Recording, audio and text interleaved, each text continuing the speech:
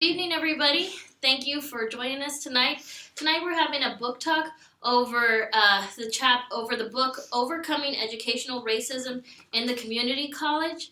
So, my colleagues and I all read the first section of this chapter, and each of them is going to talk about chapters 1 through 3.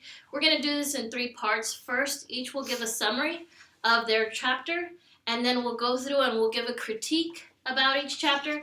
And then the third portion is what we're going to do is apply the chapter readings to our photo voice project that we'll be doing in class. Okay, so first I'm going to turn it over to Carrie. She's doing chapter 1. It's called Voice of the National Researcher. Okay, so chapter 1 primarily gave fantastic statistics about African American students in community colleges. The first important thing was explaining that it's the primary pathway for Black students to attend college. 41% of Black men and 37.6% of Black women choose community college as their pathway to secondary education. I'm not going to get into the nitty-gritty statistics of these areas, but some other things influencing their educational experience are that most come from low-income backgrounds that were in the studies that were mentioned in the book. Most women have dependents. Most students, men and women, are enrolled part-time. Most of them are 25 years old or older. They delay going to college for 8 years or so. And most are first generation students. The statistic that stood out to me there was that 79.2% of Black women are first generation college students and 74% of men. So quickly moving through other information that really stood out to me, where there's a section about students who earn credentials and how much their wages influenced after that. And they compared these students to their white counterparts. And it was roughly, after earning the credential, they earned about $2,000 more a year compared to white students who earned around $6,000. And that's just right after graduation. That's not over the years. It's not compounded over the years or anything. To round out the chapter, they finished with talking about strategies that colleges can employ to better support African American students. And some things that came up were inclusion and belonging and how to create a sense of that in your classrooms and at the college in general. Talking about microaggressions and how to validate students as learners, specifically African American students.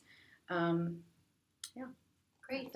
Thanks so much. So now we're going to transition to Katrina, and she's going to talk about Chapter 2, Retaining African American Students in the Community College.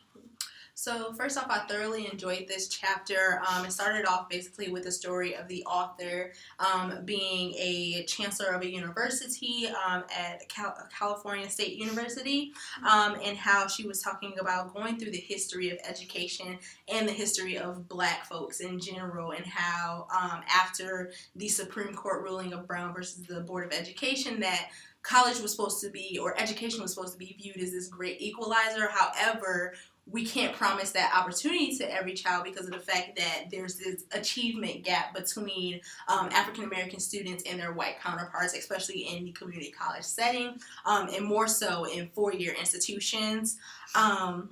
And basically, she goes in to talk about the different social and economic impacts of community college education through the President Obama's election and his American Graduation Initiative, and how funding is attached to the achievements of different students and stuff like that, and how when it comes down, they were very straightforward to it, of community colleges and institutions need to be accountable basically and recognize that students, it was said here that African American students themselves are perceived to be the reason why they are not successful. And that really struck a nerve with me because of the fact that I am African American, and a lot of times, majority of the times, that's not the reasoning behind it. And so what it did was it straightforward laid that on the table and then went into some more academic studies and different things like that, where they studied the data and showed that students who are African American descent at the time of admissions and stuff, they are ready to achieve and they want to go further and they want to be successful as their white counterparts. However, in the classroom, there's a cultural disconnect between the facilitator or the instructor and the student. And so when the student is disengaged, or maybe they are talking on the side or anything like that, they perceive that as being a behavioral thing more so than an understanding, because it's also said in here, you cannot teach someone that you don't know. And so it was laying out how we as personnel or educators in a community college needs to come to the understanding that we need to understand our students, especially our African American students, know their history, their struggles, their values, what they want to do, their victories, different things like that, because there's also a saying in the black community, like, you don't know the struggle, so you can't tell me how I'm reacting to something because you don't know what I've been through. And that's the same thing I feel for these students when I was reading through this. But just so I won't make the summary too long or anything like that, because we all have read it or should have read it, they address that in there, but then they also end the chapter with a lot of recommendations, 8 I believe in particular, where we as educators can establish a pathway to reducing the inequities in access, as well as close that achievement gap or eradicate it altogether, which I think was very beneficial to this chapter, because not only did it say, okay, this is what's going on, this is the problem, but like here's how we can solve this and stuff like that. So that was basically the summary. It goes from like a personal story into some data. It hooks you with like different reasons why it's harder to retain, or why these students aren't achieving at the same rate as their white counterparts. And it also brought in like their Latino counterparts, as well as Asian American counterparts and different things like that. So it just goes through how we can be accountable and addressing that situation and stuff like that as well. Great, thank you. And then chapter 3, Kathy's going to talk about cutting edge models for best practice. Okay, I am thankful I got chapter 3. Chapter 3 looks at Hillsborough County in Tampa, Florida, and their community college model and how it is set up. And first of all, some statistics for Hillsborough County, period. It is a very high poverty area, so it does have, as population base, a lot of Latino and a lot of Hispanic and Black, as well as poor white student demographics in the population. They are actually a national leader in retaining students of color in higher education. They do rank 5th in the nation in size, 7th in associate degrees that have been awarded through the college to minority students, 22nd in the number of associate degrees awarded to Black students. They are set up with 5 campuses across the county, and what is kind of neat about each campus is that it is designed to reflect the community demographics that it's located within. So while they work as a cohesive unit, they are a little bit different in the way that they deliver programs based on population demographics. They do function off of 2 key principles. The first one being that fewer Black students are enrolling, period, and males enrolled do not complete degrees at the same rate as white students do. So as they take a look at their school district that feeds into their community college, a great number of those students do attend that, one of those campuses. They are based on research and best practice.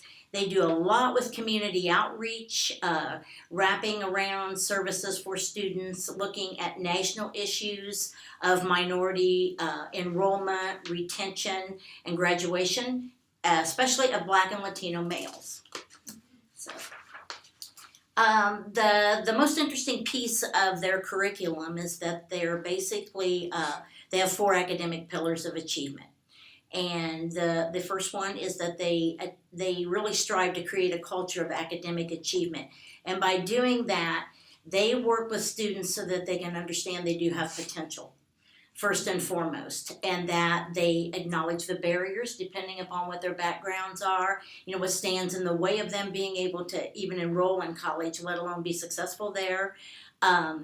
They strive in Pillar 2 to understand the culture and ethnic differences, and do a lot with seminars and establishing a college-wide diversity council, for example.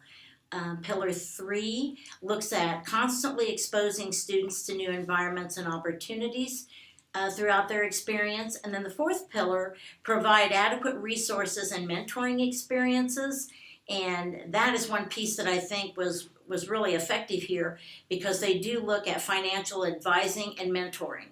And they look at mentoring not just based off of faculty-student mentoring, but also experienced older student to younger student and so forth, to provide like a cohort learning community situation there.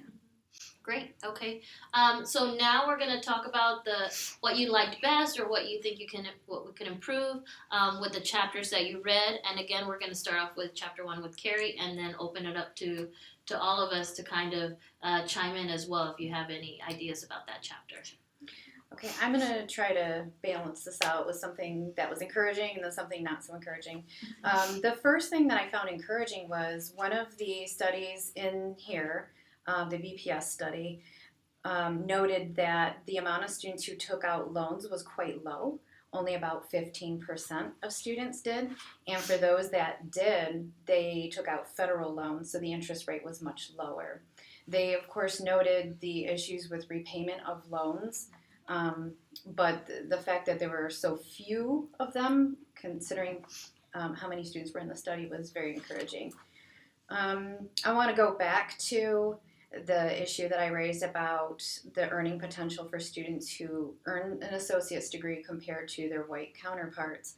Looking at that discrepancy in earning potential, a question that popped in my head was, how do we explain the benefits of going to college to Black students when they stand to see a significantly smaller increase in wages when compared to their peers?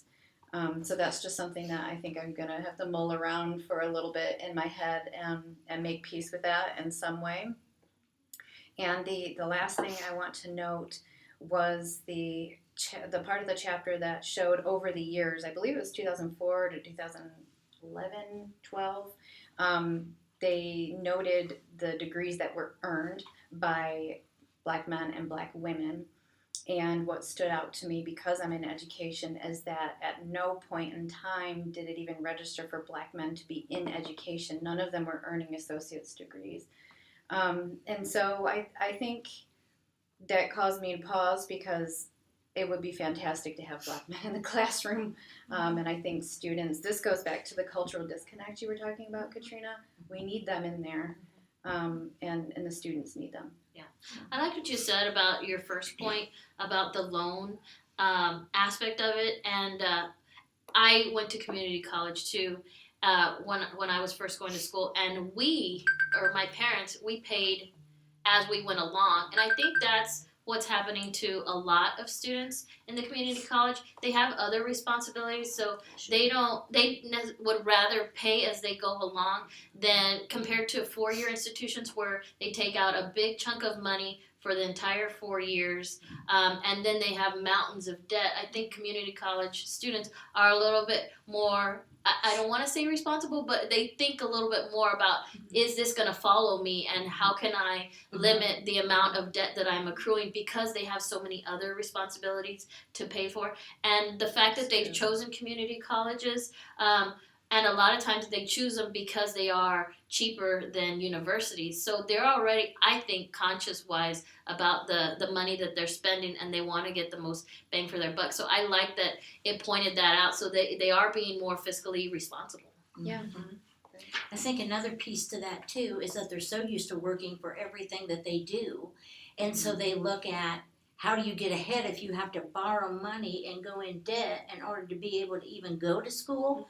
I think that one piece might be prevalent there. Plus, when you grow up, what are your parents' opinions of what you do about things like that? But I had read an article very quickly here to throw in where, and this was at Hillsborough College, a separate article that I had read where there was a gal that was in there. She was from Afghanistan, and she was in computer science and was really a very good student. Her grades were super, but because of personal issues, she had to drop out of school because she could no longer afford to go. Something had happened in the family situation. And right away, one of the faculty members in the chemistry department actually took her under their wing and showed her how to find scholarships, how she could get low-cost loans, and actually helped her get right back in school. So I think some of it's awareness and that mentorship piece that's so important. Okay. So let's go over to chapter 2, Katrina. What did you think about your chapter? So I really liked my chapter, but one thing that I really liked was them talking about the unicorn theory.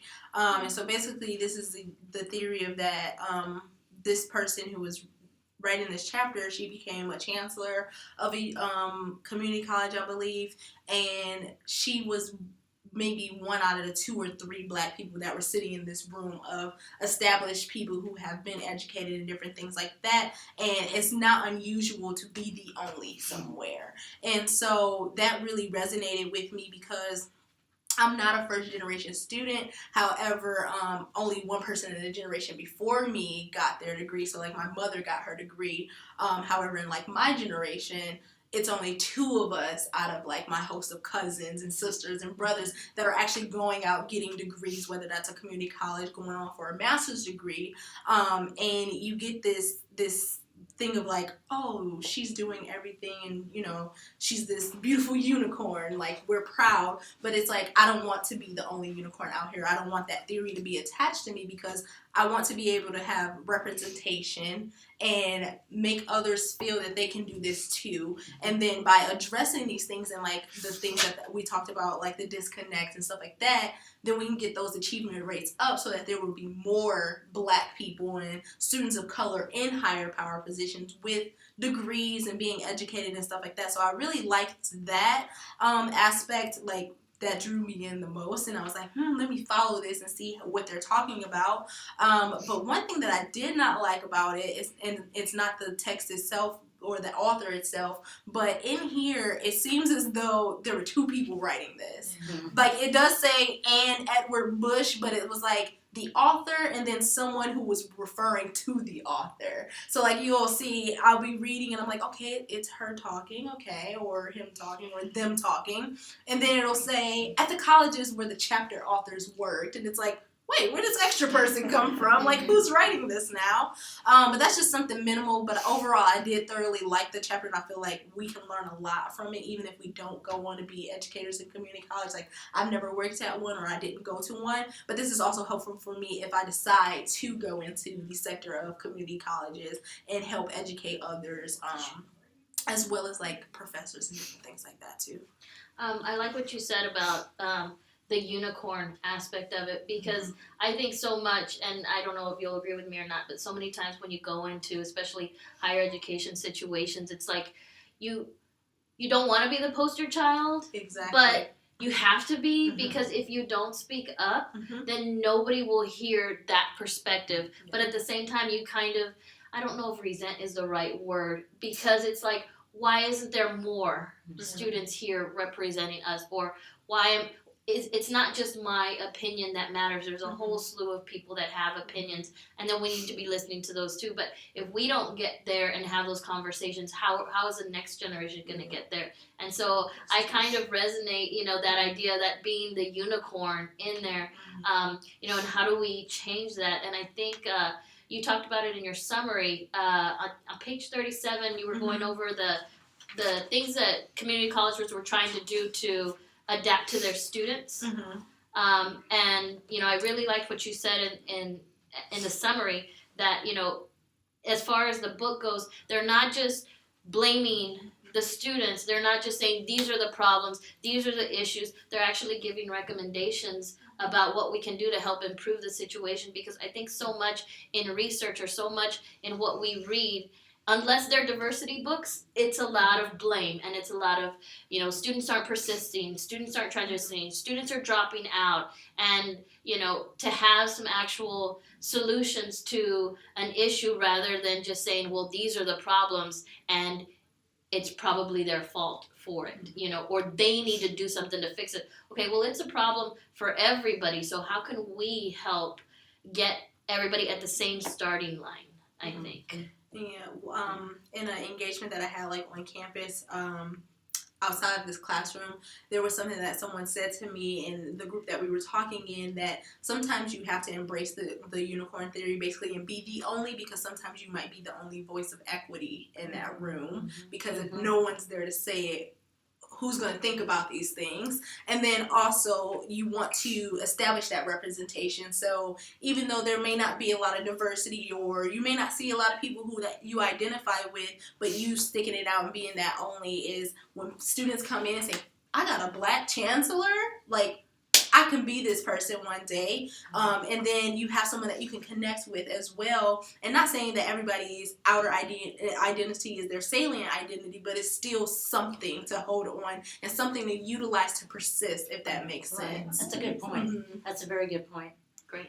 Okay, Kathy, you want to do chapter 3? I'll just start with that one piece there. That was one of the things that I liked so much about the Hillsborough model, was that they make it a very effective argument for the role that culture plays, and in understanding the background knowledge and learning and experiences of different types of cultures that we come from in a diversified environment, and how important the black instructor is in the classroom, the Hispanic instructor, who can meet those needs and be part of one big learning cohort, instead of it always being, a predominantly white environment and so forth. I think that ties right in there.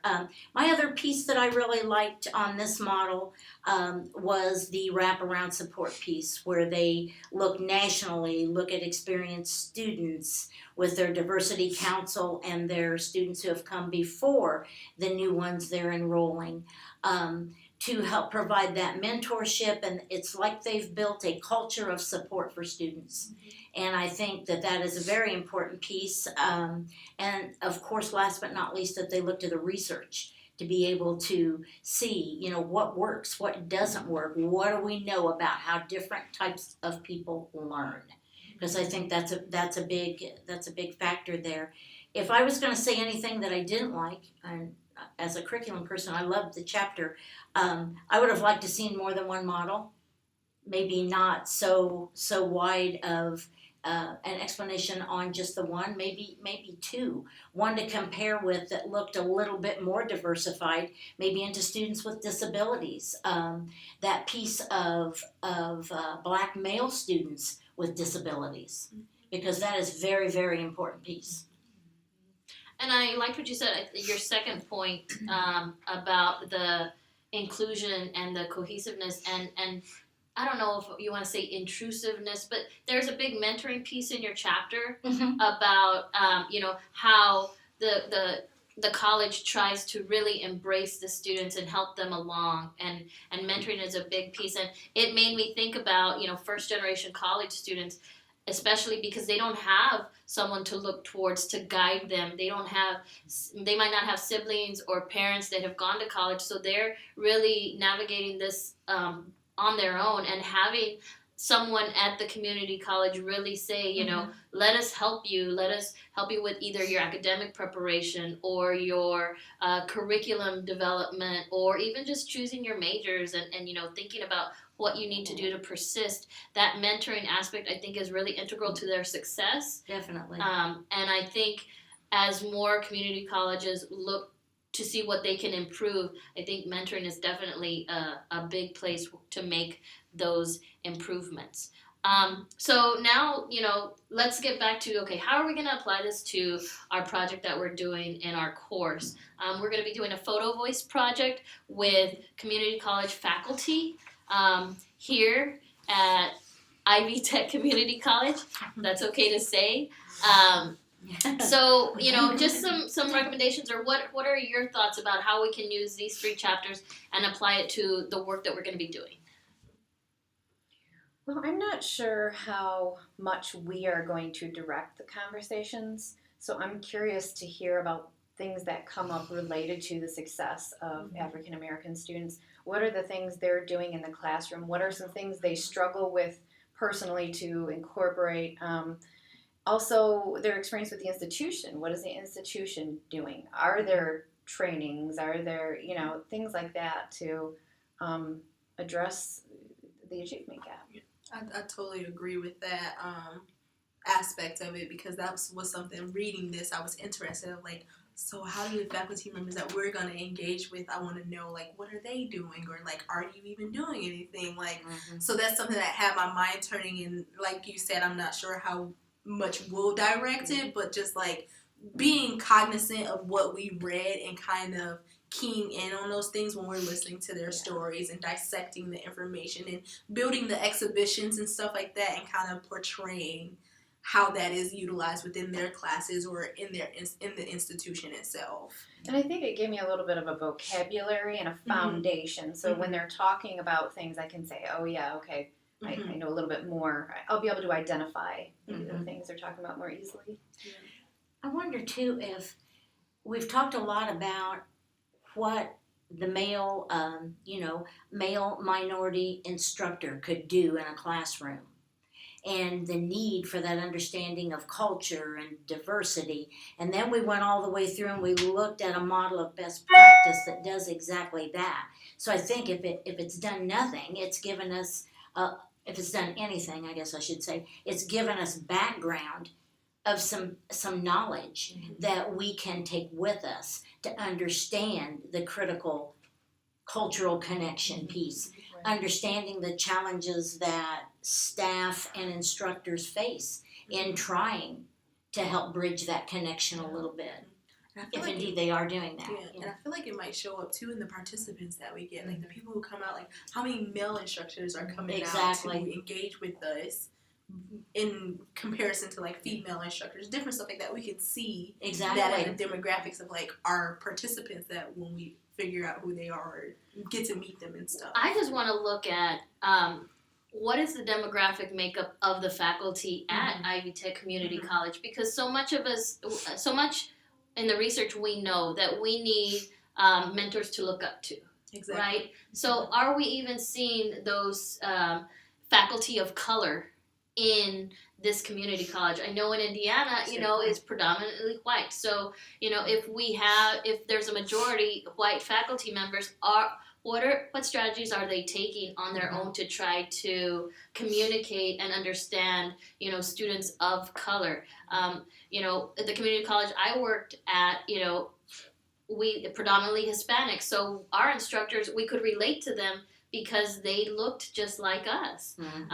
So I'm interested in finding out, okay, who are the faculty that we're going to be talking to? What are their perceptions about what their responsibility is to reach their students? Or do they have the perception that this is my curriculum, this is what I do, and my students need to meet me where I'm at instead of let's try to meet together? I know in general community colleges, I feel like that family support is there. So I think there's going to be a lot of that communication already there, but I would like to see what it's going to look like. Yeah. Please feel free to browse through the rest of our document with our annotated bibliographies and our videos to get a sense of this book and this unit of African Americans and Black student populations. Thank you. Bye, Dr. Latz! I'm just kidding.